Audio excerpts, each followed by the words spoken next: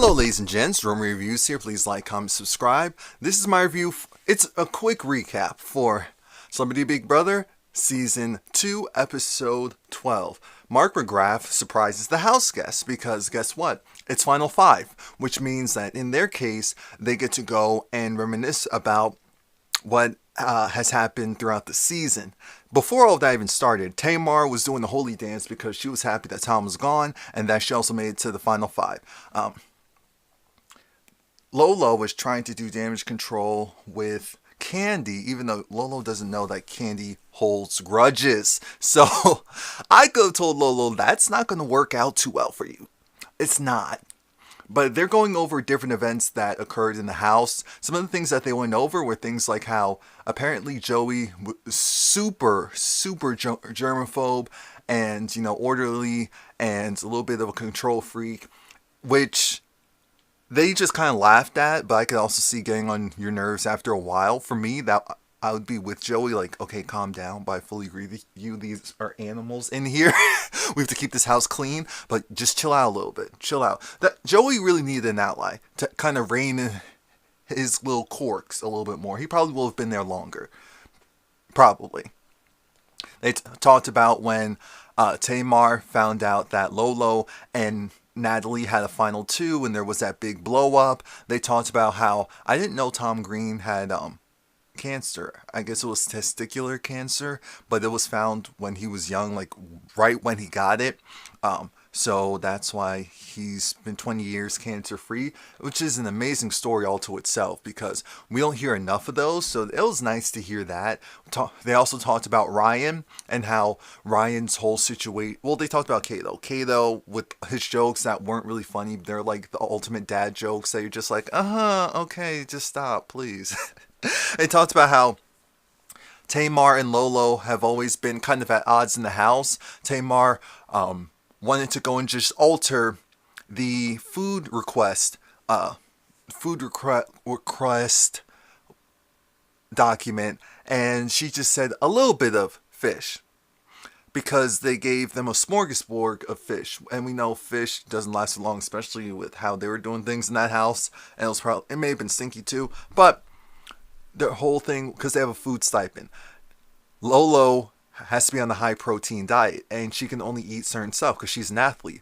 Your body responds to different proteins, and so she was upset. She was personally offended because she felt like Tamar went and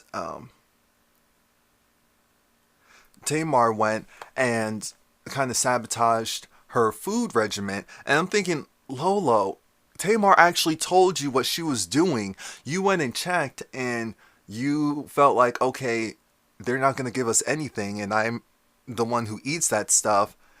I understand why she was upset in general, but Lolo has been super erratic and emotional in this house, and I know that because I'm on social media, so I know some of the foolishness that her and Tamar have been getting into. So between Tamar and Lolo, that was there was a lot going on in that house. Now to Ryan. Apparently, we get to hear Ryan's side of the story. Remember in 2006, I was actually on vacation when that happened. That was interesting. I was on vacation when that happened. I remember just hearing like, oh, you dummy. I remember that because we were all like, really? Really?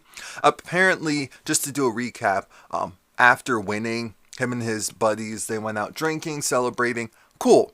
Now, I guess on their way back, they went and hit up this place to go and pee, and the bathroom was a mess, and they didn't have any security with them, so they got stopped by, I don't remember if it was official authorities or if it was people who were going after people there for the Olympics, but they got robbed. They weren't mugged or anything. They weren't mugged. They weren't touched. The issue was Ryan said a different story. He said that the gunman had the gun to his face, just ready to shoot like this. The gunman was maybe even farther than this wall is to me, kind of with a gun. Again, there's still a gun, so you're gonna be on edge. But the story didn't pan out, and it just looked really bad because it looked like them vandalizing, going to another country, vandalizing. So, but after I heard the story, I didn't think too much of it afterwards. But he was getting death threats. You're like, oh, you're trash. And I could see people, because people have really nasty dispositions.